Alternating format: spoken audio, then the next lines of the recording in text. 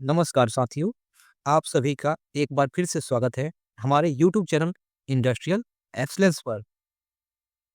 आज हम बात करने वाले हैं एक महत्वपूर्ण ही सब्जेक्ट पीडीसीए के ऊपर, जिसे plan, do, check, act cycle भी कहते हैं। यह एक ऐसा टूल है जो प्रॉब्लम्स को सॉल्व करने, प्रोसेस को सुधारने तथा वेस्ट को खत्म करने के लिए उपयोग किया जाता है। इस वीडियो में हम इसे गहराई से समझेंगे तथा इसके 4 स्टेप्स को विस्तार से चर्चा करेंगे और इसे कैसे लागू किया जाए, इस तरीकों पर भी बात करेंगे। तो चलिए वीडियो को शुरू करते हैं। सबसे पहले हम लोग पीडीसीए साइकिल के बारे में जानते हैं। तो दोस्तों, पीडीसीए साइकिल को सबसे पहले डॉक्टर एडवर्ड डेमिंग ने विकसित किया था, इसलिए इसे डेमिंग साइकिल भी कहा जाता है। यह साइकिल प्रॉब्लम्स को सॉल्व करने तथा प्रोसेस को बेहतर बनाने में मदद करता है। इस साइकिल में 4 स्टेप्स होते हैं, जैसा कि हमें इसके नाम से ही पता चलता है। तो जो सबसे पहला स्टेप्स होता है, वो होता है प्लान, यानी प्रॉब्लम्स को समझने और उसके सॉल्यूशन के लिए प्लान बनाना। दूसरा होता है डू, यानी जो हमने प्लान किया उसको छोटे-छोटे स्टेप्स पर लागू करना। तीसरा होता है चेक, यानी जो हमने कार्य किया, उस कार्य का क्या रिजल्ट है, उस रिजल्ट को चेक करना। तथा चौथा होता है एक्ट, अगर हमारा रिजल्ट पॉजिटिव है तो उस रिजल्ट पे एक्शन लेना तथा उस रिजल्ट को प्रोसेस पे लागू करना। अब आगे हम लोग इन सभी स्टेप्स को डिटेल से जानते हैं। तो सबसे पहला स्टेप्स है प्लान, योजना बनाना। इस प्लान वाले स्टेप्स में क्या होती है, सबसे पहले हम लोग प्रॉब्लम की पहचान करते हैं। हम ये जानते हैं कि समस्या क्या है। तो इसे क्या करते हैं, सबसे पहले आप इसे एक डायरी में नोट करोगे, इस पॉइंट को नोट करोगे। जैसे कि मान लीजिए हम एक उदाहरण लेते हैं कि किसी लाइन पे प्रोडक्शन का आउटपुट कम है। हमने नोट किया कि प्रोडक्शन का आउटपुट कम है। हमने प्रॉब्लम को आइडेंटिफाई किया। प्रॉब्लम को आइडेंटिफाई करने के बाद उस प्रॉब्लम से जो भी रिलेटेड डेटा है, उस डेटा को एक्वायर करते हैं। जैसे कि हमने पिछले 6 महीने का प्रोडक्शन रिकॉर्ड निकाला। उस जो हमने रिकॉर्ड निकाला, उस रिकॉर्ड से हम रूट कॉज एनालिसिस करेंगे। जैसे कि फिशबोन डायग्राम या 5 वाई टेक्निक का यूज करेंगे। जैसे कि उदाहरण में हमें क्या मिला, प्रोडक्शन देरी का मुख्य कारण मशीन ब्रेकडाउन हो रहा है। अब हम सेट करेंगे गोल को। जो गोल है वो हमारा ऐसा होना चाहिए, स्मार्ट होना चाहिए, स्पेसिफिक, मेजरेबल, अचीवेबल, रिलेवेंट तथा टाइम बाउंड। उदाहरण के लिए हमने प्रोडक्शन का टारगेट जो सेट किया, वो हमने ये सेट किया कि प्रोडक्शन टाइम जो है वो 10% से कम होगा तथा वो अगले 2 महीनों में कम होगा। अब हमने जो भी प्लान बनाया, उसका एक्शन प्लान तैयार करेंगे, जिसमें ये बताया जाएगा कि कौन सा व्यक्ति क्या काम करेगा और कब काम करेगा। इसका सारा डिटेल उस प्लान में रहेगा। इसी क्रम में हमारा दूसरा स्टेप्स है डू, यानी कार्य। तो इसमें क्या करते हैं, जो भी हमने प्लान बनाया, उस प्लान को बड़े लेवल पे ना अप्लाई करके छोटे-छोटे लेवल पे अप्लाई करते हैं। जैसे कि मान लीजिए हमने एक मैन्युफैक्चरिंग लाइन्स के लिए पीडीसीए साइकिल करनी है, तो इससे हम क्या करेंगे, एक-एक शिफ्ट में ट्रायल करेंगे। और मैन्युफैक्चरिंग के 10 लाइनों हैं, तो हम 10 लाइनों पर ना ट्रायल करके एक लाइन पे ट्रायल करेंगे। ट्रायल करने के दौरान हम सभी टीम को इकट्ठा करेंगे और सभी टीम को इसके बारे में सूचित करेंगे। जैसे कि ऑपरेटर को जो हमने नया स्टैंडर्ड प्रोसीजर बनाया है, उसके बारे में समझाना। और जब भी ये काम हो रहा होगा, तो हम हर स्टेप को रिकॉर्ड करेंगे ताकि बाद में इसे चेक किया जा सके। जैसे कि कोई भी नया प्रोसेस हम शुरुआत कर रहे हैं, उसके दौरान मटेरियल की वेस्टेज और आउटपुट को नोट करना। योजना के अनुसार जो हमने प्लान बनाया, उसके अनुसार छोटे-छोटे जो हमने चेंजेज़ प्लान में किए हैं, उन चेंजेज़ को प्रोसेस में लागू करते हैं। इसी क्रम में हमारा तीसरा स्टेप्स है चेक, यानी जो हमने काम किया, प्लान सबसे पहले प्लान किया, प्लान करने के बाद काम किया। काम करने के बाद जो हमने काम किया, उसे चेक करना। चेक करने में सबसे पहला जो स्टेप्स होता है, वो होता है डेटा का एनालाइज़ करना। जो हमने रिकॉर्ड किया डेटा एग्जीक्यूशन फेज में, डू फेज में, वो डेटा को रिकॉर्ड करना कि हमने प्लान्स के दौरान क्या हुआ, इसका विश्लेषण करना है। जैसे इसके लिए हम टूल यूज कर सकते हैं कंट्रोल चार्ट या पैरेटो एनालिसिस। अब हम जो हमारे पास जो हमने 6 महीने पहले का डेटा निकाला था, उस डेटा को अभी करंट के डेटा से कंपेयर करेंगे कि हमारा रिजल्ट क्या रहा। क्या हमारा प्रोडक्शन टाइम 10% से कम हुआ? तीसरा, इससे हम सीखेंगे। जैसे कि हम इससे ये सीखेंगे कि हमारी योजना सफल हुई कि नहीं हुई। अगर सफल हुई तो इसके क्या कारण थे और सफल ना हुई तो इसके क्या कारण थे। इसके बाद जो भी हमारा रिजल्ट आएगा उस रिजल्ट को अपनी टीम के साथ शेयर करना है। हमारा चौथा और लास्ट स्टेप्स है एक्शन, या इसे हम शॉर्ट में ए टू बी कहते हैं। इसमें क्या करते हैं हम, इस स्टेप में जो हमारी योजना सफल हुई तो इससे रिलेटेड जो हमने काम किया, इससे रिलेटेड जितने भी प्रोसेस हैं उन सभी प्रोसेस में इस स्टेप्स को, इस एसओपी को हॉरिजॉन्टली डिप्लॉय करना। दूसरा होता है डॉक्यूमेंटेशन, नई प्रोसेस और जो हमें लर्निंग मिली उस सभी लर्निंग को, प्रोसेस को डॉक्यूमेंटेड करें ताकि फ्यूचर में कभी भी इसकी ज़रूरत पड़े तो हर कोई उस डेटा को देख सके तथा उस तरीके से काम कर सके। तीसरा है फॉलो अप, हमने एक प्रोसेस लागू कर दिया, अब हम इसे प्रोसेस को कंटिन्यू मॉनिटरिंग करेंगे ताकि यह प्रोसेस चलता रहे और इम्प्रूवमेंट एक्टिविटी दिखती रहे। चौथा है रीस्टार्ट, अगर हम में किसी भी वजह से जो हमने पीडीसीए किया उसमें अगर हम फेल हो जाते हैं या फिर पास भी होते हैं तो हमें इस साइकिल को दोबारा स्टार्ट करना है ताकि हम आगे और सुधार कर पाए। इस पीडीसीए साइकिल को हमने एक उदाहरण से लिया हुआ है जिससे कि आप सभी को सही से समझ में आए। हमने यहाँ क्या टारगेट लिया है कि हमारा टारगेट है reduce production time by 10% in next 2 month. इसमें क्या है, सबसे पहले हमने प्रॉब्लम को आइडेंटिफाई किया। हमारा प्रॉब्लम क्या है, प्रोडक्शन का समय ज़्यादा लग रहा है जिससे डिलीवरी का टाइम बढ़ रहा है।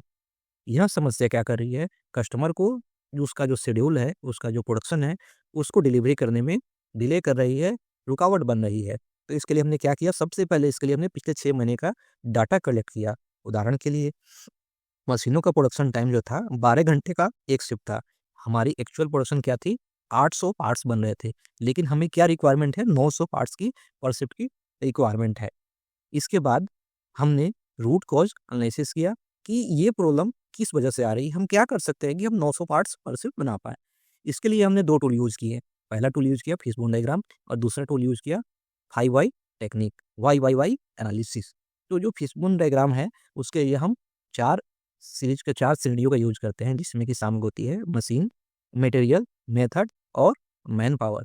इसमें हमें क्या निकल के आया, जब हमने फिशबोन डायग्राम एनालिसिस किया उसमें ये निकल के आया कि मशीन में रेगुलर ब्रेकडाउन आ रहे हैं तथा जो मटेरियल की मूवमेंट है उसमें देरी हो रही है। और दूसरा 5 वाई एनालिसिस किया, उसमें क्या निकल के आया, उसमें हम क्वेश्चन आंसर किए। सबसे पहले हमने क्वेश्चन पूछा प्रोडक्शन टाइम क्यों ज़्यादा है, आंसर आया मशीन अक्सर बंद हो जाती है।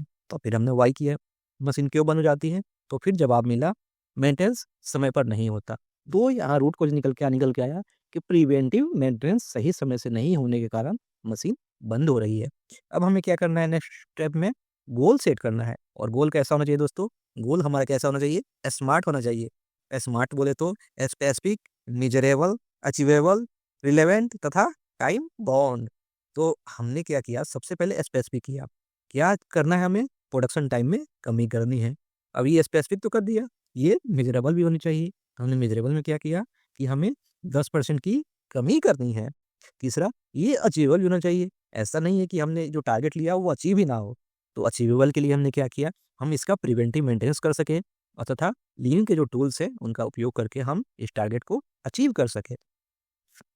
ये जो हमने टारगेट लिया वो रिलेवेंट भी है, क्योंकि क्या रिलेवेंट है, किससे रिलेवेंट है, प्रोडक्शन एफिशिएंसी बढ़ाने से रिलेवेंट है। तथा इसका हमने टाइम बाउंड भी किया, कितने दिन का, हम 2 महीने के अंदर है, 2 महीने के अंदर इस गोल को अचीव करना है। उसके बाद हमें क्या करना है, एक्शन प्लान बनाना है। एक्शन प्लान बनाया, एक्शन प्लान में हमने क्या किया, प्रिवेंटिव मेंटेनेंस का शेड्यूल तैयार किया, मटेरियल मूवमेंट को बेहतर बनाने के लिए नई टोली डिजाइन करनी है, सभी कर्मचारी को ट्रेनिंग देनी है और हमें ये जो प्रोजेक्ट है वो पायलट प्रोजेक्ट चलाना है, ना कि एक साथ सभी प्रोसेस पे लागू करना है। तो ये हमारा जो था वो प्लान फेज था। अब हम आते हैं डू फेज पे, हमें अब एक्शन लेनी है। एक्शन लेने में क्या किया हमने, इम्प्लीमेंट किया पायलट प्रोजेक्ट को। सबसे पहले किया मटेरियल प्रिवेंटिव मेंटेनेंस शुरू किया, मटेरियल मूवमेंट सुधारने के लिए एक नई ट्रॉली एक शिफ्ट में टेस्ट की तथा कर्मचारियों को, जितने भी अपने एम्प्लॉई हैं, ऑपरेटर हैं, उन सबको एसओपी स्टैंडर्ड ऑपरेटिंग प्रोसीजर पर ट्रेनिंग दी तथा जब भी ये सारी चीज़ें हो रही थी, तब हमने उनका डाटा रिकॉर्ड किया। उदाहरण के लिए मशीन डाउन टाइम पहले 2 घंटे एक शिफ्ट में हुआ करता था।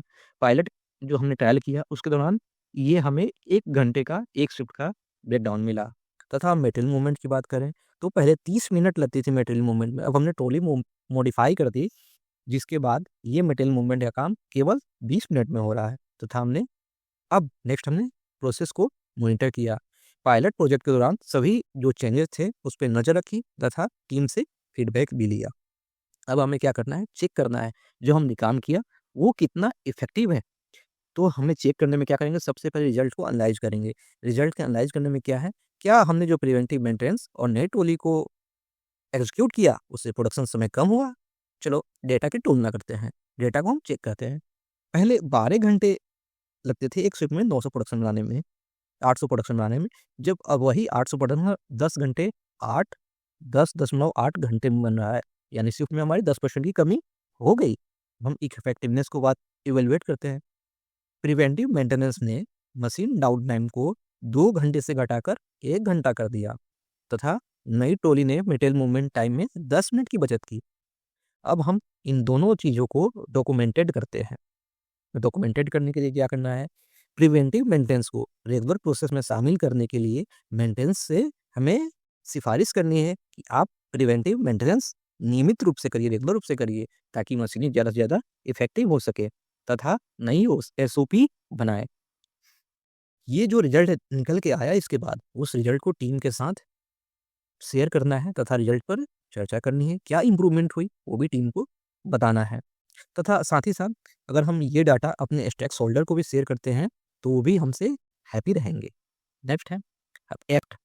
हमने चेक कर लिया क्या चीज़ है, अब सब कुछ सही रहा तब हमें उसके ऊपर एक्शन लेना है। एक्शन में क्या करना है, सबसे पहले स्टैंडर्डाइज करना है प्रोसेस को, प्रिवेंटिव मेंटेनेंस को नियमित रूप से लागू करना है तथा सभी प्रोडक्शन लाइनों में नई ट्रॉली डिजाइन करके हमें देनी है और सभी प्रोडक्शन लाइन्स के लिए एसओपी चेंज करनी है।